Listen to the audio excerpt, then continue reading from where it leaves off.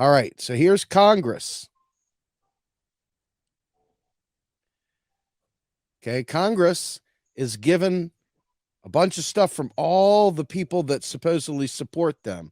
They want to have a Green New Deal, or they want to have some sort of, bill passed. So Congress debates it. Congress, that would be, I'm combining the two, the Senate, and I'm combining the House of Delegates here, or House of Representatives, excuse me. And I'm saying that these guys have come together, they've written a bill, it's been approved, they pass it on to the president for his signature. However, right here, Article 1, Section 8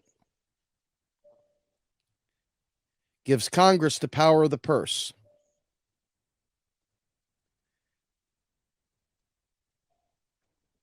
Okay?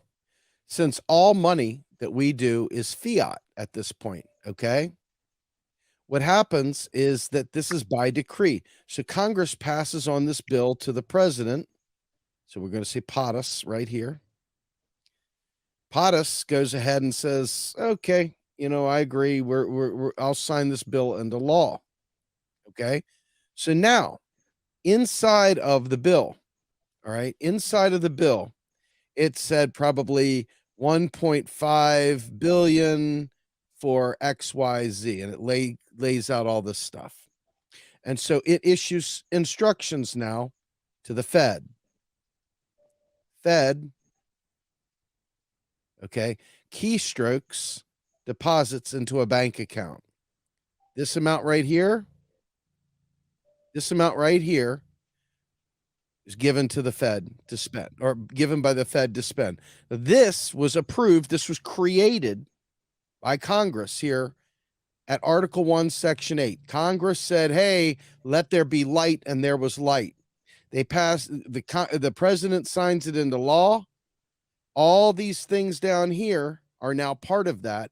And then they issue instructions. This is instructions, AKA the law, to the Fed. The Fed then puts those into a deposit. So here is the account, the bank account for for Congress regarding this bill that they've written. So here is business A, maybe it's Boeing. Here's business B, maybe it's Halliburton. Here's business C, maybe it's I don't know, BlackRock. All these different shitty companies that our government does business with. Okay. Now, at no point in time here did you see them say, well, we need more tax dollars.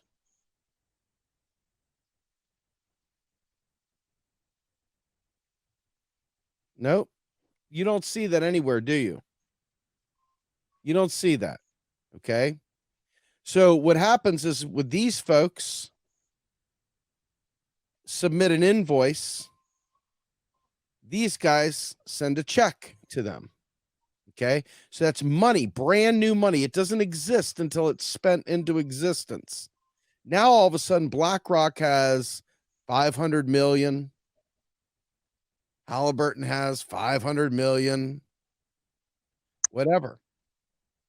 And then they pay their employees, they pocket it with the C-level, whatever it is they do, they spend that money. And then it's taxed. When they spend it, there's tax money that comes out of that. Every step in this process, taxes are taken out. Okay. And they come back and received.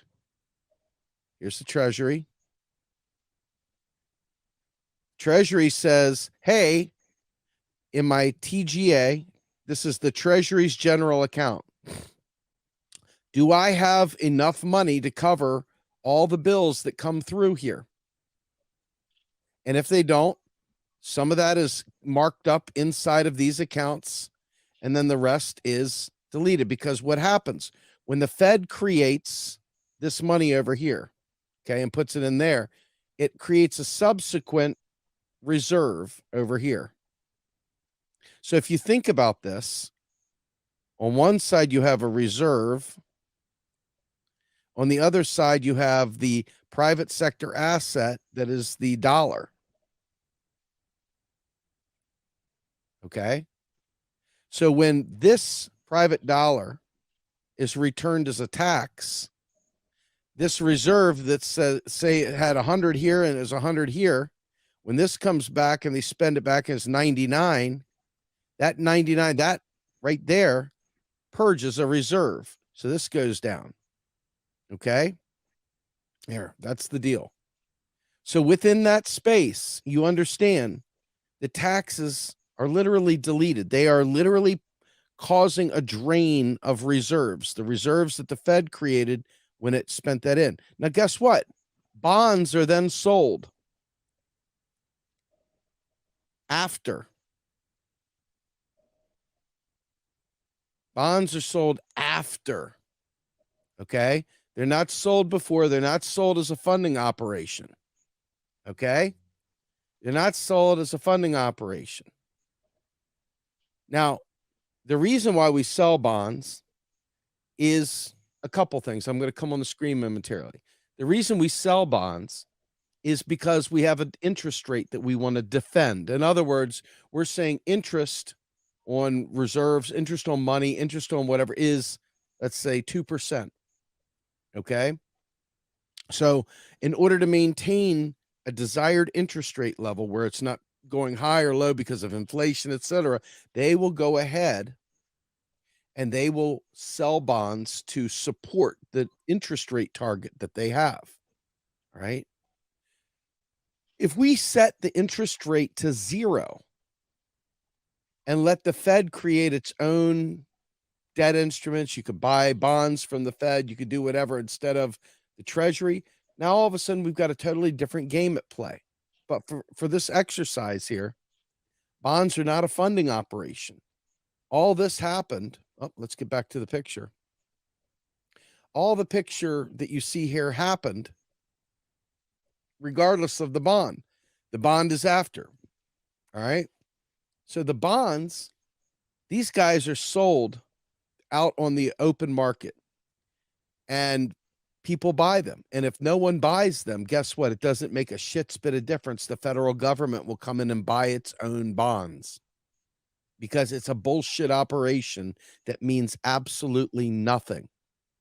Okay. Means absolutely nothing. Now, I want to do something interesting. Hopefully this right here, it ain't perfect.